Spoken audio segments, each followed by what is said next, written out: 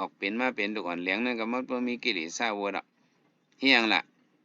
ต้องไม่ใช่เลือดมาลูกอ่อนก็มันก็ใครกินใครเยี่ยมมันหมอลัดความก็มันก็ห้องไห้นั่นน่ะแม่งก็เอานมมันสั่งซ้อมบันมันเนี่ยมันก็เลยกินจอมกิเลสอาวุธนั่นน่ะเจ้าอันเฮาหากินหาเยี่ยมหมู่เจ้าในกัดใจพักใจเยอะหุงต้มหมู่เจ้าในมันเป็นกอบหางกิเลสอาวุธนั่นน่ะบ่มีตัวขันธะเลี้ยงมันก็มันไหลนั่นน่ะเนาะก็ได้มันกินหางไหนมันไหลรู้สัพเพสัตตาอาหารที่ดีกาเนี่ยสัตว์ว่าไหน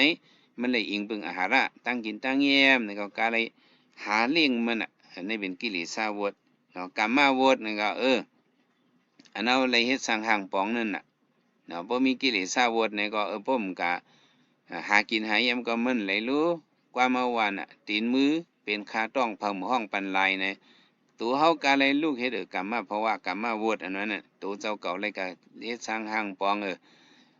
เปิ้นเฮียนเข้าเพิ่นเขาเพิ่นพักมัดตามบันไผหน้าเฮานั่งอยู่ซึ่งในก็เขาพักมันลันเข้ามาในคออังก้อยหลงกลับมาวุดอันนั้นตัวเฮาเลยลูกเฮ็ดมือเฮาเลยหยิบเอาเข้ามาซ้อมเสนอซบเฮาตัวเจ้าเก่าเลยเฮ็ดกลับมาวุดอันน่ะเบิ่นนั้นก็เนี่ยนี่เป็นกิเลสวุดกลับมาวุด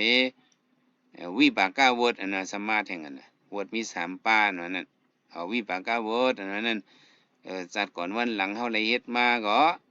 จัดในก็โหวตกรรมมันนั่นเห็นแห่งกรรมมันมาตุ้มย้อนเฮาเนี่ยอันนี้มันเป็นกรรมมาโหวตป้อมปองจักป้อมปองใส่ลองเลยกรรมสกตาสมาธิที่กรรมมาโหวตอันว่าในนี่ก็เฮาได้กันเนตั้งพิษใส่ก้อนนั้นก้อนในเนาะเหมือนจังนั้นพระเป็นเจ้าในก็ติวัตัดมาหลันมันเจ้ากูเมียวมาเฮ็ดที่มันเจ้ากูเมียวเนี่ยมันเจ้าเจ็บใจดีเนื้อติวัตัดลงมันเจ้าว่าเป็นโหวตกับวันหลังก็เลยเฮ็ดมา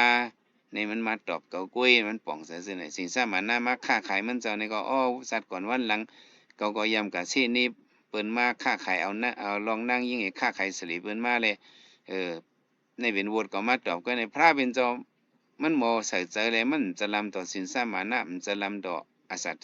จะลำต่อติวตัดเขาซึ่งในป่องใจว่ากรรมมาโหวตนะวิปากาโหวตเนี่ยมันลำขึ้นมาเสกว่าว่าดอปะแตมอันนี้มันเป็นวิปากาโหวตวิปากาโหวตในบางชื่อก็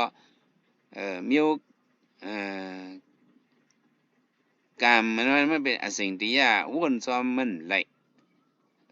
กูเอาหนึ่งก็เหตุการณ์มันเหมือนกันแหละอะไรคึงสังมาอติการวันหลังละเอียดสังมามันเหมือนกันเลยอะไรมาเป็นหนูย่ำเลียวก็ก้องก็มันเหมือนกันเกิดมาพาเพหนึ่งกันก็อันไหนมาปันพรมันจัดในก้องทั้งก้องมันเหมือนกันมันก็เป็นสะเทกว่ามันก็เป็นก้นผ่านกว่ามันก็ตุกมันก็ทำเพราะตุกข่าเนี่ยอันนี้มันเป็นวดวันหลังนั่นน่ะจังหวะพวกหมอป่องใจลองได้วด3ป้าอันนั้นนั่นนั่นเป็นกิเลสาวดกรรมาวดวิบากาวดจะไหนเขาหูเส้นตั้งหมันมันเนี่ยมันมีลองจิบใจหมัดใจพระเป็นเจ้าในก็ย่ำรอดแต่วดอ่อน12เนี่ยมันเจ้าเป็นโหไข่ก็เป็นเนาะพระเป็นเจ้านะมาเป็นพระอยู่เนาะมาเป็นพระดังดึกเป็นโหไข่อยู่เฮียงล่ะทำเป็นไหนลูกกันนี่เปิ้นกับโหไข่ในเหมือนในกบก้อนนั้นเนี่ยพระเป็นเจ้าหันถึงซึ่งไหนกรรมสกตาสมาธิที่มาสัตว์ก่อนนี่ก็ยำเป็นยำเอาค้อนต่อยก็โหป่ามาเนี่ยพระเป็นเจ้าหันถึงซึ่งไหนเลยมันจะเป็นต้องเฮในก็